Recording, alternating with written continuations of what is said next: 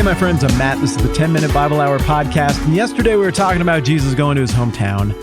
And instead of getting this wonderful homecoming where everybody's excited to see him and catch up on what's been going on, all the news they've heard about him, instead they were like, yeah, all right, we'll see. And then he started teaching. And they're like, yeah, I got to admit, it's pretty good.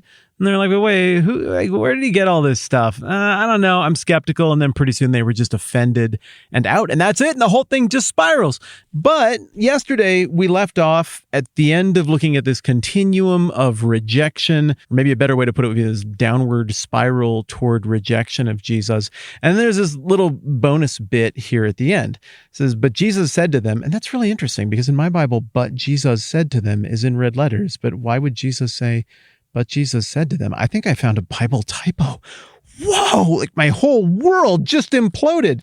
No, I really do think that's a Bible typo. Okay, that should be in black. And then in quotes, we got Jesus saying, only in his hometown and in his own house is a prophet without honor. And that's Matthew 13:57. And then 58 says, and he did not do many miracles there because of their lack of faith. So here's the riddle for today. What does it mean that he couldn't do miracles? Does that mean that his power was somehow sapped? It raises the question, is this scenario with Jesus' supernatural powers, is this like a Neil Gaiman American Gods kind of thing? And if you're not familiar with that book, here's a quick rundown on the plot. You got these old gods from the old world that are super ancient, and now they're in America manifesting in the form of people holding down jobs, skulking about doing whatever.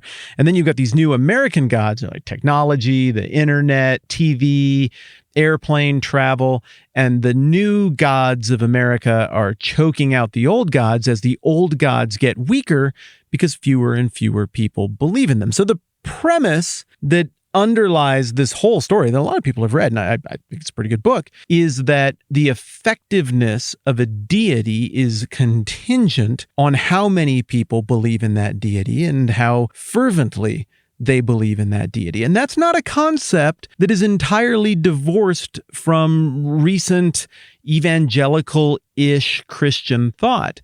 There's a series of books that, what was it called? This Present Darkness? Frank Peretti was the author's name. And I read these things when I was a kid, and yeah, they were fine. I'm not going to pick a fight with that guy. He's written good books and people like him, and I think he knew he was writing fiction. But he came to the same conclusion or operated from the same premise as Neil Gaiman did, and that the idea here is that some of these supernatural forces, angels and demons, were fueled by the belief or lack thereof of the people they were interacting with, the prayer or lack thereof. And I don't think that's entirely defensible biblically. But I don't know, you got that one place in Daniel chapter 10 with that confusing passage where Daniel was praying and an angel got delayed for 21 days because he had to battle with the prince of the kingdoms of Persia. It's pretty ambiguous in terms of what exactly happened there spiritually, according to the text. And so some people are going to latch on to those pretty vague references here and there in the Bible. I think that Daniel 10 one is probably the most significant one. And so there are going to be people who look at those vague references to the ground rules of the supernatural and the unseen world and the spiritual that are hinted at in the Bible, and they're going to imagine that the way it works is there are these power meters, Street Fighter II style, above the good guy angels and the bad guy demons, and these forces have their power meter filled up or depleted as you pound the B button again and again and again, which is the equivalent, I guess, of prayer or belief. And so maybe you could extrapolate that out and you could get to Matthew 13. You could be like, oh, well, Jesus didn't do many miracles for the same reason that angel in that vaguely described situation in Daniel 10 couldn't answer the prayer or respond or get there quicker. And it's just because there was more spiritual force of darkness and there wasn't enough fervent enough prayer or belief or something. And so I guess then the conclusion would be that if Jesus doesn't have your belief and prayer support, much like the gods of yore in American Gods, then that power meter is depleted and Jesus is all tired and maybe he tries to do some miracles and he raises his tired hand desperately up to shoulder height, and he's sweating, and maybe his nose starts to bleed a little bit, and he twitches like an exhausted Jedi trying to muster the last bit of force power, and it only kind of works. He's like, forget it, I just can't do many miracles here because of your lack of faith. But that really is a very recent formula, more associated with a heavy emphasis on miracles, almost more charismatic Pentecostal end of the theological spectrum. And I'm talking about all this because I think it's a really easy and very natural assumption to read into the text that Jesus didn't perform miracles because of some lack of ability or weakness on his part. But that has implications now, doesn't it? You look at the rest of the New Testament, you look at the rest of the Bible, and you get this language about like all things being held together in him. With God, nothing is impossible. And what is that? That's just a couple chapters away. That's Matthew 19, right? 18, 19, I don't know, something like that. I think it's Matthew 19.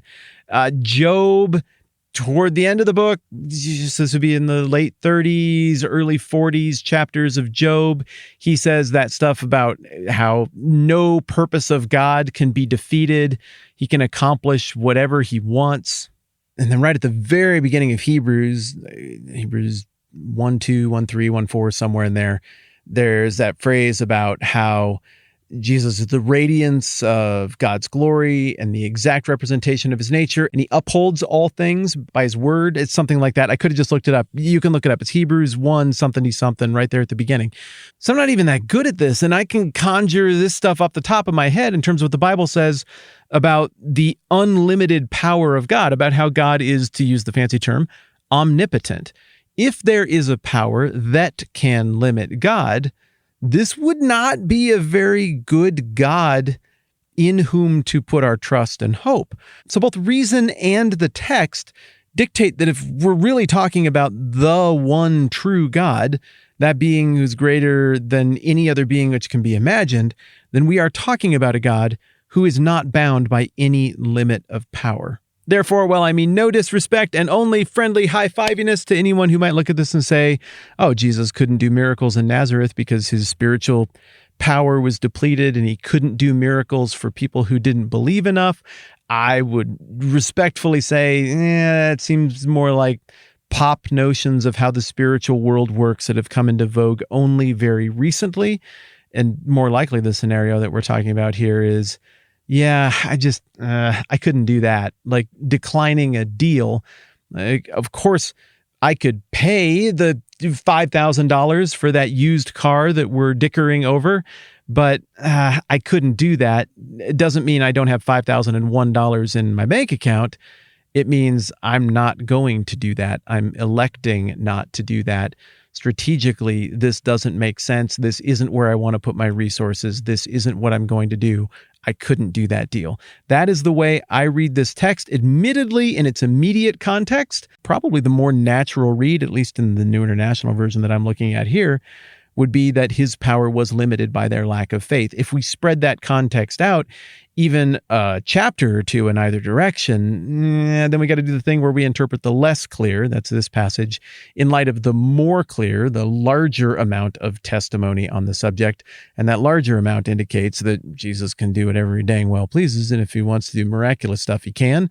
If he wants to calm the seas, even though the people in the boat don't really totally believe he can do that, and they're in awe when he actually does. Jesus didn't get up in that boat and be like, oh, this storm's really bad, guys. I need you to believe harder.